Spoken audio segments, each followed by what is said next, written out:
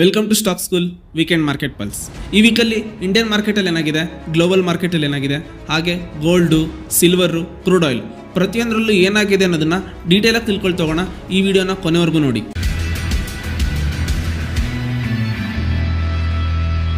ಮೊದಲನೇದಾಗಿ ಎಲ್ಲರಿಗೂ ಹೊಸ ವರ್ಷದ ಆರ್ಥಿಕ ಶುಭಾಶಯಗಳು. ಇವಾಗ ನಿಫ್ಟಿ 50 ಲಾಸ್ಟ್ 1 ವೀಕಲ್ಲಿ 0.82% ಮೇಲೋಗಿದೆ, ಅಂದರೆ 214 ಪಾಯಿಂಟ್ಸ್ನಷ್ಟು. ಈ ನಿಫ್ಟಿ 50 ನಮ್ಮ ಇಂಡಿಯನ್ ಮಾರ್ಕೆಟ್ನ ತಿಳ್ಕೊಳ್ಳೋದಕ್ಕಿಂತ ಮುಂಚೆ ನಾನು ನಿಮಗೆ ಇನ್ನೊಂದು ಡಾಟಾ ತೋರಿಸಬೇಕು ಅಂತ ಅನ್ಕೊಂಡೆ. ನಾನು ಅದನ್ನು ಓದ್ತಾ ಇದ್ದೆ, ನಿಮಗೆ ಹೇಳೋದ್ರಿಂದ ಅದು ನಿಮಗೂ ಹೆಲ್ಪ್ ಆಗುತ್ತೆ ಅಂದ್ಕೊಂಡ್ಬಿಟ್ಟು ಈ ಗ್ರಾಫಲ್ಲಿ ನಾನು ನಿಮಗೆ ಏನು ತೋರಿಸ್ತಾ ಇದ್ದೀನಿ, ಇದು ಬಂದ್ಬಿಟ್ಟು ಈಕ್ವಿಟಿ ಮಾರ್ಕೆಟ್, ಅಂದರೆ ಇಂಡಿಯಾದ ಈಕ್ವಿಟಿ ಮಾರ್ಕೆಟು ಮತ್ತೆ ಗೋಲ್ಡ್ ಕಂಪ್ಯಾರಿಸನ್ ಆಗಿ, ಅಂದರೆ ಇವೆರಡನ್ನು ಆಪೋಸಿಟ್ ಆಗಿ ಯಾವ ರೀತಿ ಪರ್ಫಾರ್ಮ್ ಮಾಡ್ತವೆ ಅಂತ ಹೇಳ್ಬಿಟ್ಟು. ಇವಾಗ ಇದರಲ್ಲಿ ತೋರಿಸಿರೋದು ಸೆನ್ಸೆಕ್ಸ್ ಮತ್ತೆ ಆಪೋಸಿಟ್ ಆಗಿ ಗೋಲ್ಡ್, ಅಂದ್ರೆ ಸೆನ್ಸೆಕ್ಸ್ ಗೋಲ್ಡ್ ಆಪೋಸಿಟ್ ಅಲ್ಲಿ ಯಾವ ರೀತಿ ಪರ್ಫಾರ್ಮ್ ಮಾಡುತ್ತೆ ಅಂತ ಹೇಳ್ಬಿಟ್ಟು. ಲಾಸ್ಟ್ 25 ಇಯರ್ಸ್ ಇಂದ ನಾವು ನೋಡಿದ್ರೆ 2000 ಟೈಮಲ್ಲಿ ನಮ್ದು .com ಬಬಲ್ ಬಂದು ಕ್ರಾಶ್ ಆಗಿದ್ದು ನಿಮಗೆ ಎಲ್ಲರಿಗೂ ಗೊತ್ತಿರ್ಬೋದು. ಆ ಟೈಮಲ್ಲಿ ಈಕ್ವಿಟಿ ಮಾರ್ಕೆಟ್ ತುಂಬಾ ಪೀಕಲ್ಲಿತ್ತು. ಯಾವಾಗ .com ಬಬಲ್ ಬಂದು ಕ್ರಾಶ್ ಆಯ್ತೋ, ಇವಾಗ ನೋಡ್ಬೋದು ನಿಮಗೆ ಈಕ್ವಿಟಿ ಯಾವ ರೀತಿ ಕೆಳಗಡೆ ಬಂದಿದೆ ಅಂತ. ಒನ್ಸ್ ಆಫ್ಟರ್ ಇಲ್ಲಿ ಈ ಪಾಯಿಂಟ್ ಟಚ್ ಆದ್ಮೇಲೆ ಅಲ್ಲಿಂದ ಮತ್ತೆ ಮೇಲೋಗಕ್ಕೆ ಸ್ಟಾರ್ಟ್ ಆಗಿದೆ. ಇದರ ಅರ್ಥ ಏನು ಅಂದ್ರೆ ಈಕ್ವಿಟಿ ಕೆಳಗಡೆ ಬರಬೇಕಾದ್ರೆ ಆಪೋಸಿಟ್ ಆಗಿ ಗೋಲ್ಡ್ ಮೇಲೋಗ್ತಿದೆ ಅಂತಾನೆ ಅರ್ಥ. ಅದೇ ತರನೇ 2008 ನಿಮಗೆಲ್ಲರಿಗೂ ಗೊತ್ತಿರ್ಬೋದು, ಲೇಮನ್ ಬ್ರದರ್ ಕ್ರೈಸಿಸ್ US ಅಲ್ಲಿ ಎಷ್ಟು ದೊಡ್ಡ ಎಕನಾಮಿಕಲ್ ಕ್ರೈಸಿಸ್ ಆಗಿತ್ತು ಅಂತ ಹೇಳ್ಬಿಟ್ಟು. ಆ ಟೈಮಲ್ಲೂ ಕೂಡ ಆಲ್ಮೋಸ್ಟ್ ಈಕ್ವಿಟಿ ಮಾರ್ಕೆಟ್ ತುಂಬಾ ಪೀಕಲ್ಲಿತ್ತು. ಅಲ್ಲಿಂದ ಎಷ್ಟರ ಮಟ್ಟಿಗೆ ಕೆಳಗಡೆ ಬಂದಿದೆ ಅನ್ನೋದು ನೀವು ನೋಡ್ಬೋದು. 2008 ಅಲ್ಲಿ ಈಕ್ವಿಟಿ ಮಾರ್ಕೆಟ್ ಇಷ್ಟು ಕೆಳಗಡೆ ಬರಬೇಕಾದ್ರೆ ಆಪೋಸಿಟ್ ಆಗಿ ಗೋಲ್ಡ್ ತುಂಬಾ ಮೇಲೋಗಿತ್ತು. ಈ ಚಾರ್ಟ್ ಇದನ್ನೇ ಇಂಡಿಕೇಟ್ ಮಾಡುತ್ತೆ ಯಾವಾಗ ಈಕ್ವಿಟಿ ಮಾರ್ಕೆಟ್ ಕೆಳಗಡೆ ಬರ್ತಾ ಇದೆ ಅಂತ ಹೇಳ್ಬಿಟ್ಟು. ಅದಲ್ಲದೆ ಲಾಸ್ಟ್ 5 ಇಯರ್ಸ್ ಅಲ್ಲಿ ನೋಡಿದ್ರು ಕೂಡ ನಿಮಗೆ ಗೊತ್ತಿರಬಹುದು 2020 ನಲ್ಲಿ ಪ್ಯಾಂಡಮಿಕ್ ಅಲ್ಲಿ ಯಾವ ರೀತಿ ನಮ್ಮ ಈಕ್ವಿಟಿ ಮಾರ್ಕೆಟ್ ಕೆಳಗಡೆ ಬಂದಿತ್ತು ಅಂತ ಹೇಳ್ಬಿಟ್ಟು. 2020 ನಲ್ಲಿ ಇದು ಏನು ತೀರಾ ಬಾಟಮ್ ಟಚ್ ಆಗಿರಲಿಲ್ಲ, ಬಟ್ ಸ್ಟಿಲ್ ಈ ರೇಷಿಯೋ ಎಷ್ಟು ಕೆಳಗಡೆ ಬಂದಿತ್ತು ಅಂತ. ಒನ್ಸ್ ಆಫ್ಟರ್ ಅಲ್ಲಿಂದ ರಿಕವರಿ ಸ್ಟಾರ್ಟ್ ಆದ್ಮೇಲೆ ಮೇಲೆ ಹೋಗೋಕೆ ಸ್ಟಾರ್ಟ್ ಮಾಡ್ತು. ಆಫ್ಟರ್ 2024 ಸೆಪ್ಟೆಂಬರ್ ಆದ್ಮೇಲೆ ಮತ್ತೆ ತಿರ್ಗಾ ಗೋಲ್ಡ್ ಮೇಲೆ ಹೋಗಕ್ಕೆ ಸ್ಟಾರ್ಟ್ ಆಯ್ತು.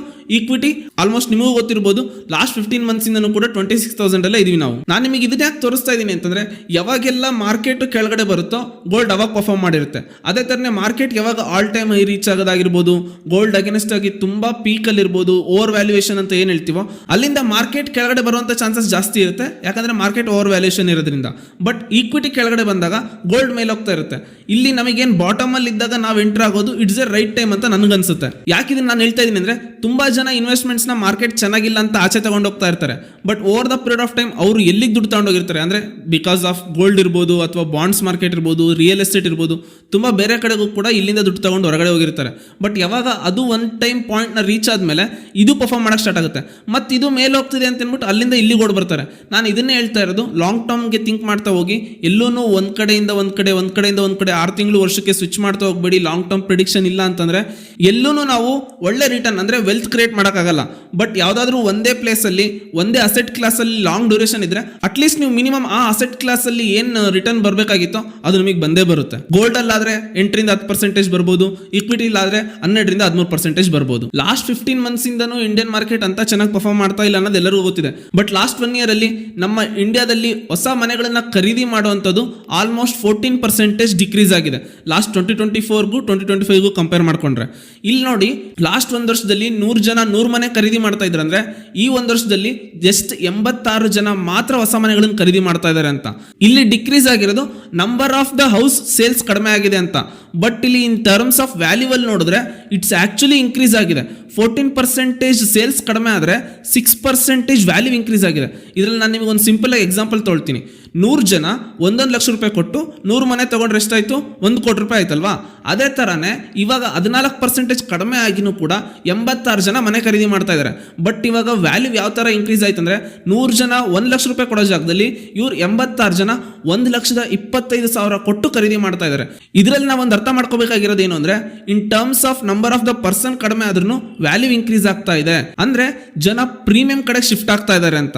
ಆಲ್ಮೋಸ್ಟ್ ಅಫೋರ್ಡಬಲ್ ಹೋಮ್ಸ್ ಗಳು ಕಡಿಮೆ ಆಗಿರ್ಬೋದು, ಬಟ್ ಪ್ರೀಮಿಯಂ ಹೋಮ್ಸ್ ಗಳು ತುಂಬಾ ಸೆಲ್ ಆಗ್ತಾ ಇದಾವೆ. ಈ ಒಂದು ನಮ್ಮ ರೇರಾನು ಕೂಡ ರಿಪೋರ್ಟ್ ಮಾಡಿದೆ, ಪ್ರೀಮಿಯಂ ವಿಲ್ಲಾಸ್ಗಳು, ಪ್ರೀಮಿಯಂ ಅಪಾರ್ಟ್ಮೆಂಟ್ಸ್ಗಳು ಲಾಸ್ಟ್ 1.5-2 ಇಯರ್ಸ್ ಅಲ್ಲಿ ಎಷ್ಟು ಗ್ರೋತ್ ಆಗ್ತಾ ಇದಾವೆ ಅಂತ.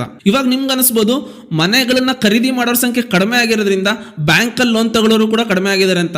ಬಟ್ ಬ್ಯಾಂಕ್ ಅಲ್ಲಿ ಹಂಗಲ್ಲ. Bank loan book year on year 11% growth ಆಗ್ತಾ ಇದೆ. ಬಟ್ ಇಲ್ಲಿ ಕಡಿಮೆ ಆಗ್ತಾ ಇರೋದೇನು ಅಂದ್ರೆ, ಬ್ಯಾಂಕಿಂಗ್ ಅಲ್ಲಿ ಬ್ಯಾಡ್ ಲೋನ್ಸ್ ಅಂತ ಇತ್ತು. ಯಾವ ರೀತಿ ಬ್ಯಾಡ್ ಲೋನ್ಸ್ಗಳು ಬರ್ತವೆ ಅಂದ್ರೆ, ಪರ್ಸನಲ್ ಲೋನ್ ಆಗಿರ್ಬೋದು, ಅಥವಾ ನಮಗೆ ಗೊತ್ತಿರಬಹುದು ನಮ್ಮ ಸಂಘಗಳ ಸಾಲ, ಅದನ್ನೇನಂತ ಹೇಳ್ತೀವಿ ಮೈಕ್ರೋ ಫೈನಾನ್ಸ್. ಈ ತರದ ಲೋನ್ಗಳನ್ನ ಕಡಿಮೆ ಮಾಡ್ತಾ ಬಂದಿದ್ದಾರೆ. ಲಾಸ್ಟ್ 1 year ಅಲ್ಲಿ ಇಯರ್ ಆನ್ ಇಯರ್ ಡಿಕ್ರೀಸ್ ಬಂದ್ಬಿಟ್ಟು 2.1% ನಷ್ಟು ಕಡಿಮೆ ಆಗಿದೆ. ಬಟ್ ಹೊಸ ಲೋನ್ಗಳು 11% ನಷ್ಟು ಜಾಸ್ತಿ ಆಗಿದಾವೆ. ಇವಾಗ 3rd quarter ಕಂಪ್ಲೀಟ್ ಆಯಿತು. ಇಲ್ಲಿಂದ 3rd quarterದು ರಿಸಲ್ಟ್ ಬರಕ್ಕೆ ಸ್ಟಾರ್ಟ್ ಆಗುತ್ತೆ. ನನ್ಗನ್ಸುತ್ತೆ 3rd quarteರಲ್ಲಿ ಆಲ್ಮೋಸ್ಟ್ ಪಾಸಿಟಿವ್ ರಿಟರ್ನ್ಸ್ ಬರುತ್ತೆ. ಆಫ್ಟರ್ ದ 4th quarter ಅಂತಂದ್ರೆ ನಮ್ಮ ಏನು ಬಜೆಟ್ ಬರುತ್ತಲ್ವಾ, ಬಜೆಟ್ ಆದ್ಮೇಲೆ 4th quarterಲ್ಲೂ ಕೂಡ ಒಳ್ಳೆ ರಿಸಲ್ಟ್ ಬರುತ್ತೆ ಅಂತ. ಇಷ್ಟು ದಿನ ಮಾರ್ಕೆಟ್ ಚೆನ್ನಾಗಿ ಪರ್ಫಾರ್ಮ್ ಮಾಡಿಲ್ಲ ಅಂತ ಎಲ್ಲರೂ ಮಾರ್ಕೆಟಿಂದ ದುಡ್ಡು ತಗೊಂಡೋಗಿ ರಿಯಲ್ ಎಸ್ಟೇಟ್, ಗೋಲ್ಡ್ ಅಲ್ಲೆಲ್ಲ ಇನ್ವೆಸ್ಟ್ ಮಾಡ್ತಾ ಬಂದಿದ್ದಾರೆ. ಇಫ್ ಇನ್ ಕೇಸ್ ಮಾರ್ಕೆಟ್ ಇಲ್ಲಿಂದ ಚೆನ್ನಾಗಿ ಪರ್ಫಾರ್ಮ್ ಮಾಡಕ್ಕೆ ಸ್ಟಾರ್ಟ್ ಆಗಿ ಒಳ್ಳೆ ರಿಸಲ್ಟ್ ಬಂದು ಗ್ರೋತ್ ಚೆನ್ನಾಗಿ ಆಗ್ತಿದೆ ಅಂದ್ರೆ ಮತ್ತೆ ಅಲ್ಲಿಂದ ದುಡ್ಡು ತಗೊಂಬಂದು ಇಲ್ಲಕ್ಕೆ ಸ್ಟಾರ್ಟ್ ಮಾಡ್ತಾರೆ. ಇವ್ರು ಹಿಂಗೆ ಅಲ್ಲಿಂದ ಇಲ್ಲಿಗೆ ಇಲ್ಲಿಂದ ಅಲ್ಲಿಗೆ ಓಡಾಡ್ತಾ ಇದ್ರೆ ಇವ್ರು ಕೊನೆಗೆ ಒಂದಿನೂ ದುಡ್ಡೇ ಮಾಡಲ್ಲ. ಅದಕ್ಕೋಸ್ಕರನೇ ತುಂಬಾ ಜನ ಸ್ಟಾಕ್ ಮಾರ್ಕೆಟ್ ಇನ್ವೆಸ್ಟ್ಮೆಂಟ್ಸ್ನೆಲ್ಲ ಬೇಡಪ್ಪ, ನಮಗೆ ಇದು ಸರಿ ಬರಲ್ಲ, ಅಟ್ಲೀಸ್ಟ್ ನಾವು ಪ್ರಾಪರ್ಟಿನಲ್ಲಿ ಇನ್ವೆಸ್ಟ್ ಮಾಡ್ತೀವಿ ಅಂತ ಮಾಡೋದು. ಬಟ್ ಅವ್ರು ಅಲ್ಲೂ ಕೂಡ 20 years 10 years ಡೌನ್ದಲ್ಲೇನಲ್ಲೇ ದುಡ್ಡು ಮಾಡೋಕ್ಕಾಗೋದು. ಅವರು 6 ತಿಂಗಳು, ವರ್ಷ, 2 ವರ್ಷ ಈ ತರ ಚೇಂಜ್ ಮಾಡ್ಕೊಂತ ಹೋದ್ರೆ ಎಲ್ಲೂ ದುಡ್ಡು ಮಾಡೋಕ್ಕಾಗಲ್ಲ. ನ್ಯಾಸ್ಡ್ಯಾಕ್ ಲಾಸ್ಟ್ 1 week ಅಲ್ಲಿ 1.3% ನಷ್ಟು ಕೆಳಗಡೆ ಬಂದಿದೆ, ಅಂದ್ರೆ 332 ಪಾಯಿಂಟ್ಸ್ ನಷ್ಟು. ಲಾಸ್ಟ್ 1 week ಅಲ್ಲಿ ಮಾರ್ಕೆಟ್ ತುಂಬಾ ಕೆಳಗಡೆ ಬಂದಿದೆ ಅವ್ರದ್ದು. ಬಟ್ ಇದೇ ಲಾಸ್ಟ್ 1 year ಅಲ್ಲಿ ತಗೊಂಡ್ರೆ 20% ನ್ಯಾಸ್ಡ್ಯಾಕ್ ರಿಟರ್ನ್ ಕೊಟ್ಟಿದೆ. ಇದೇ ತರನೇ US ಅಲ್ಲಿ ತುಂಬಾ ಇಂಡೆಕ್ಸ್ಗಳು ತುಂಬಾ ಚೆನ್ನಾಗಿ ರಿಟರ್ನ್ ಕೊಟ್ಟಿದ್ದಾವೆ. ಡೋಜನ್ಸ್ ಆಗಿರ್ಬೋದು 13%, ನ್ಯಾಸ್ಡ್ಯಾಕ್ ಆಗಿರ್ಬೋದು 20%, ಅದೇ ತರನೇ S&P 500 ಆಗಿರ್ಬೋದು ಇದು 12%. ಈ ತರ ತುಂಬಾ ಚೆನ್ನಾಗಿ ರಿಟರ್ನ್ ಕೊಟ್ಟಿದ್ದಾವೆ. ಜಸ್ಟ್ ಬಿಕಾಸ್ ಆಫ್ ಒಂದೇ ರೀಸನ್ ಅಂತಲ್ಲ, ಸುಮಾರು ರೀಸನ್ಗಳಿದಾವೆ. ಇದರಲ್ಲಿ AI ಆಗಿರ್ಬೋದು, ಟೆಕ್ ರಿಲೇಟೆಡ್ ಆಗಿರ್ಬೋದು, ಈ ತರ ಕಂಪನೀಸ್ಗಳು ತುಂಬಾ ಚೆನ್ನಾಗಿ ಪರ್ಫಾರ್ಮ್ ಮಾಡಿರೋದ್ರಿಂದ.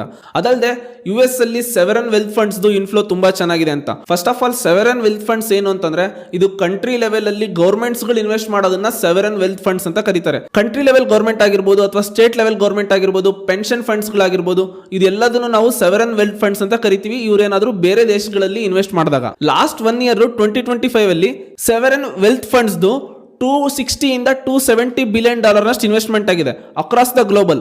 ಬಟ್ ಓನ್ಲಿ US ಅಲ್ಲೇನೆ $132 ಬಿಲಿಯನ್ ನಷ್ಟು ಇನ್ವೆಸ್ಟ್ಮೆಂಟ್ ಆಗಿದೆ. ಇದು ಏನೇನು ಇಂಡಿಕೇಟ್ ಮಾಡುತ್ತೆ ಅಂದ್ರೆ ಓವರ್ ಆಲ್ ಎಲ್ಲ ಗ್ಲೋಬಲ್ ಅಲ್ಲಿ ಎಲ್ಲರ ಇನ್ವೆಸ್ಟ್ಮೆಂಟ್ಸ್ನು US ಗೆ ತಗೊಂಡೋದ್ರು. ಜಸ್ಟ್ ಬಿಕಾಸ್ ಅಲ್ಲಿ ಆಗ್ತಿದ್ದಂಥ ಗ್ರೋತ್, ಅಲ್ಲಿ ಕೊಡ್ತಿದ್ದಂಥ ವ್ಯಾಲ್ಯೂಯೇಷನ್ ನೋಡ್ಕೊಂಡ್ಬಿಟ್ಟು. ಬಟ್ ಇಂಡಿಯಾದಿಂದ ತುಂಬಾ ದುಡ್ಡು ಹೊರಗೋಯ್ತು ಅಂತ ಹೇಳ್ತೀವಲ್ಲ, ಇದರಲ್ಲಿ ಸೆವೆರನ್ ವೆಲ್ತ್ ಫಂಡ್ಸ್ನು ಇನ್ಕ್ಲೂಡ್ ಮಾಡ್ಕೊಂಡೇ ಹೇಳ್ತಾ ಇರೋದು. ಯಾಕೆ ಅಂತಂದ್ರೆ ಲಾಸ್ಟ್ 1.5-2 years ಇಂದ US ಮಾರ್ಕೆಟ್ ತುಂಬಾ ಚೆನ್ನಾಗಿ ಪರ್ಫಾರ್ಮ್ ಮಾಡ್ತಾ ಇತ್ತು. ಬಟ್ ಅದೇ ಲಾಸ್ಟ್ 1.5 years ಇಂದ ನಮ್ಮ ಇಂಡಿಯನ್ ಮಾರ್ಕೆಟ್ ತುಂಬಾ ಅಂಡರ್ ಪರ್ಫಾರ್ಮ್ ಮಾಡ್ತಾ ಇತ್ತು. ಸೊ ಇದೇ ರೀಸನ್ ಇಂದ ಇಂಡಿಯನ್ ಮಾರ್ಕೆಟ್ ಇಂದ ತುಂಬಾ ದುಡ್ಡು ಹೊರಗಡೆ ಹೋಗಿದ್ದು. ಅದಲ್ಲದೆ ತುಂಬಾ ಎಮರ್ಜಿಂಗ್ ಕಂಟ್ರೀಸ್ ಇಂದ US ಗೂ ದುಡ್ಡು ಫ್ಲೋ ಜಾಸ್ತಿ ಆಗಿದ್ದು. ಅದಲ್ಲದೆ ಗೋಲ್ಡ್ ಲಾಸ್ಟ್ 1 week ಅಲ್ಲಿ 1.9% ನಷ್ಟು ಕೆಳಗಡೆ ಬಂದಿದೆ. ಇದನ್ನೇ 1 ವರ್ಷದಿಂದ ರಿಟರ್ನ್ ನೋಡಿದ್ರೆ 75% ನಷ್ಟು ಮೇಲೋಗಿದೆ. ಅದೇ ರೀತಿ ಸಿಲ್ವರ್ ಲಾಸ್ಟ್ 1 week ಅಲ್ಲಿ 2% ಮೇಲೋಗಿದೆ. ಇದನ್ನ 1 ವರ್ಷದ ರಿಟರ್ನ್ ನೋಡಿದ್ರೆ 160 ಪಾಯಿಂಟ್ಸ್ ನಷ್ಟು. As comparing to gold silver double ನಷ್ಟು ಮೇಲೋಗಿದೆ. ಬಟ್ ಇದಕ್ಕೆ ರೀಸನ್ ಏನು ಅಂತ ನೋಡಿದ್ರೆ ಇಂಡಸ್ಟ್ರಿಯಲ್ ಪ್ರಾಡಕ್ಟ್ಗೂ ಸಿಲ್ವರ್ನ ಯೂಸ್ ಮಾಡ್ತಾ ಇರೋದು ರೀಸನ್ ಆಗಿದೆ. ಅದಲ್ಲದೆ 70% of the silver China under ಅಲ್ಲೇ ಇದೆ. ಈ ಚೈನಾ ಸಿಲ್ವರ್ನ ಎಕ್ಸ್ಪೋರ್ಟ್ ಮಾಡ್ಲಿಕ್ಕೆ ರಿಸ್ಟ್ರಿಕ್ಟ್ ಮಾಡ್ತಾ ಇರೋದ್ರಿಂದ ಸಿಲ್ವರ್ ಡಿಮ್ಯಾಂಡು ಜಾಸ್ತಿ ಆಗ್ತಿದೆ. ಅದಲ್ಲದೆ ಟೆಕ್ಗೂ ಬೇಕಾಗುತ್ತೆ, ಎಲೆಕ್ಟ್ರಾನಿಕ್ಸ್ ಅಪ್ಲಿಕೇಶನ್ಸ್ಗಳಿಗೂ ಸಿಲ್ವರ್ ತುಂಬಾ ಇಂಪಾರ್ಟೆಂಟ್ ಇರೋದ್ರಿಂದ ಸಿಲ್ವರ್ ತುಂಬಾ ಮೇಲೆ ಹೋಗ್ತಾ ಇದೆ. ಬಟ್ ಒಂದಂತರೂ ಅರ್ಥ ಮಾಡ್ಕೋಬೇಕು, ಯಾವುದು ದಿನೇ ದಿನೇ ಮೇಲೆ ಹೋಗ್ತಿದೆ ಒಂದಲ್ಲ ಒಂದಿನ ನಿಲ್ಬೇಕಾಗುತ್ತೆ. ಅದನ್ನ ಹೇಳ್ತೀವಲ್ವಾ, ಓಡೋ ಕುದುರೆ ನಿಲ್ಬೇಕು ಅಂತ. ನಾವು ಲಾಂಗ್ ಟರ್ಮ್ ಪೀರಿಯಡ್ಗೆ ಪ್ಲಾನ್ ಮಾಡಿದ್ರೆ ಏನೂ ತೊಂದರೆ ಇರಲ್ಲ. ಶಾರ್ಟ್ ಟರ್ಮ್ ಪೀರಿಯಡ್ ಪ್ಲಾನ್ ಮಾಡಿದ್ರೆ ಆಬ್ವಿಯಸ್ಲಿ ಏನಾದರೂ ಮುಂದೆ ಮೇಲೆ ಕೆಳಗೆ ಹೋಗೋದ್ರಿಂದ ಎಫೆಕ್ಟ್ ಆಗೇ ಆಗುತ್ತೆ. ಚೈನಾ ನಾಟ್ ಓನ್ಲಿ ಸಿಲ್ವರ್ ಅಷ್ಟೇ ಕಂಟ್ರೋಲ್ ಮಾಡ್ತಾ ಇಲ್ಲ, ತುಂಬಾ ಪ್ರೀಶಿಯಸ್ ಮೆಟಲ್ಸ್ಗಳನ್ನ ಮೈನಿಂಗ್ ಮಾಡೋದ್ರಲ್ಲೂ ಅವರು ಹೈಯೆಸ್ಟ್ ಇದ್ದಾರೆ. ಅದೇ ರೀತಿ ಅವರು ಪ್ರೊಸೆಸಿಂಗ್ ಮಾಡೋದ್ರಲ್ಲೂ ಕೂಡ ಹೈಯೆಸ್ಟ್ ಇದ್ದಾರೆ. ಇದಲ್ಲದೆ ನಾವು ತುಂಬಾ ದಿವಸದಿಂದ ನೋಡ್ತಾ ಇದೀವಿ ಗೋಲ್ಡ್ ಅಷ್ಟು ಮೇಲೆ ಹೋಗ್ತಾ ಇದೆ, ಸಿಲ್ವರ್ ಅಷ್ಟು ಮೇಲೆ ಹೋಗ್ತಾ ಇದೆ. Not even gold silver. ಅದೇ ತರನೇ ಪ್ಲಾಟಿನಮ್ ಕೂಡ 120% ರಿಟರ್ನ್ ಕೊಟ್ಟಿದೆ. ಅದಲ್ಲದೆ ಲಿಥಿಯಂ ಅಯಾನು ಕೂಡ 150% ರಿಟರ್ನ್ ಕೊಟ್ಟಿದೆ.